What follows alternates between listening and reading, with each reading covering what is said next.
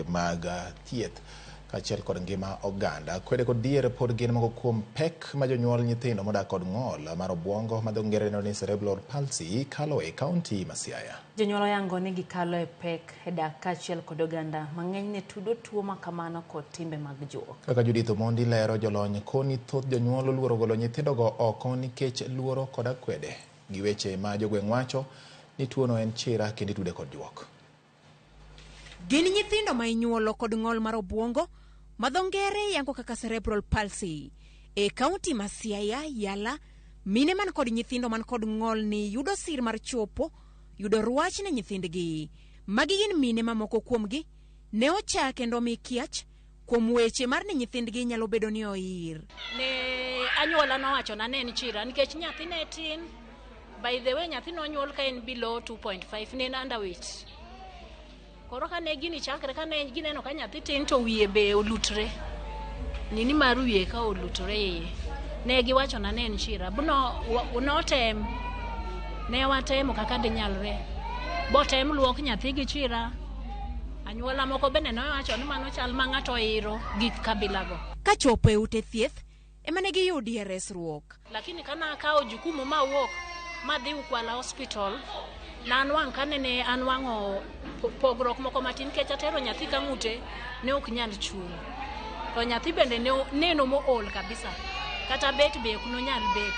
Nodhi orwaye kuro mo bet. Kanye ma therapist makono no oduoka ir Dr. Ruth kendo Yala mowacho na dhi temie daktari moro ni Yala teme ka nyathi nigi gagnus na biro Yala ka.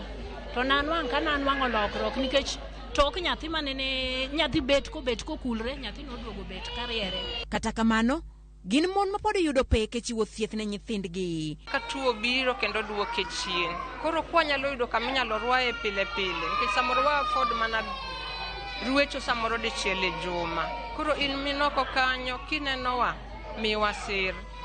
Konywa kata mama mopando nyathine oko kanyo gole. Ok en nyathi mipando, mano nyathi manyalo bedo gimoro e ngimane makiny.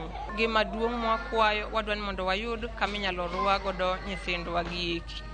Kod kony moro ka ng'ama oko kanyo nyalo miwa wheelchair, wanyalo yudo kata kokalo kuom sirikal kinyalo miyowa kata yath nikech nyithindogi nitiere moko ma koko muonyo yath to ok ginyal bet kata maber. Ka jolony e weche mag thieth mar tuoni to kwayo ji manyalo siro mon makama mondo wuog oko mar chiwo sire piny Kenya ka. Parents manigi nyithindo manigi special needs ni mondo giwuog oko kik gipand nyithindogo.